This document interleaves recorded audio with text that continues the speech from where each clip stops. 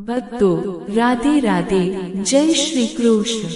મૃત્યુ પછીની યાત્રામાં સૌથી ભયાનક ક્ષણ કઈ હોય છે? ગરુડ પુરાણ વાંચતા જ્યારે આપણે વૈતરણી નદીના વર્ણન પર આવીએ છીએ ત્યારે ભલભલા પાપીઓના હૃદય ધ્રુજી ઉઠે છે।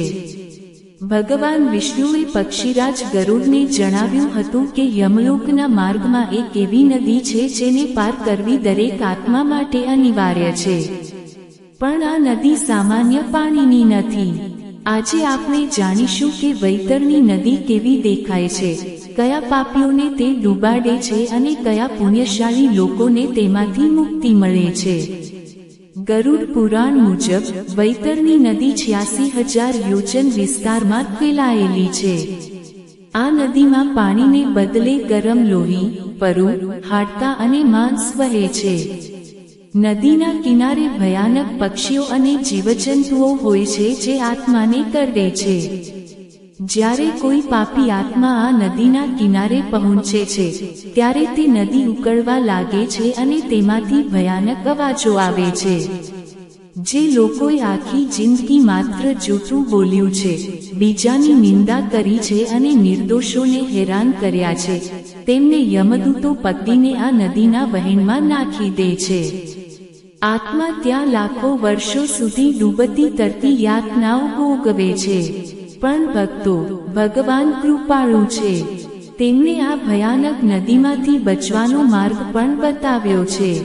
ગરુડ પુરાણ કહે છે કે જે મનુષ્ય તેના જીવનકાળમાં ગૌદાન કર્યું છે, એટલે કે ગાયનું દાન કર્યું છે અથવા ગાયની નિસ્વાર્થ સેવા કરી છે, તેને વૈતરણી નદી ડરાવતી નથી।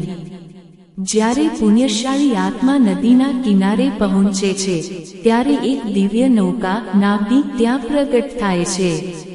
આ નાવડી તેને આસાનીથી લોહીના એ મહાસાગરને પાર કરાવી દે છે। ગાયના પૂંછડાને સ્પર્શ કરવા માત્રથી જ વૈતરણી પાર થઈ જાય છે, એવી પણ માન્યતા છે।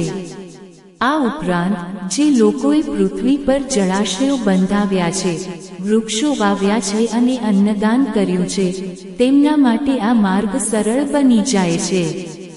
ગરુડ પુરાણ મુજબ સત્ય બોલવું અને ક્ષમા રાખવી એ પણ એક પ્રકારનું દાન જ છે જે મૃત્યુ પછી કામ આવે છે।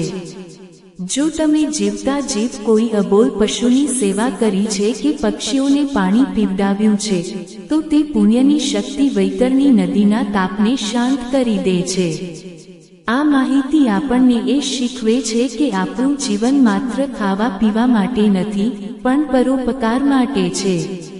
મૃત્યુ પછી ન તો તમારી સંપત્તિ સાથે આવશે, ન તો તમારા સગા સંબંધીઓ, ત્યાં માત્ર તમારા દ્વારા કરવામાં આવેલું દાન અને ધર્મ જ તમારી નાવડી બનશે।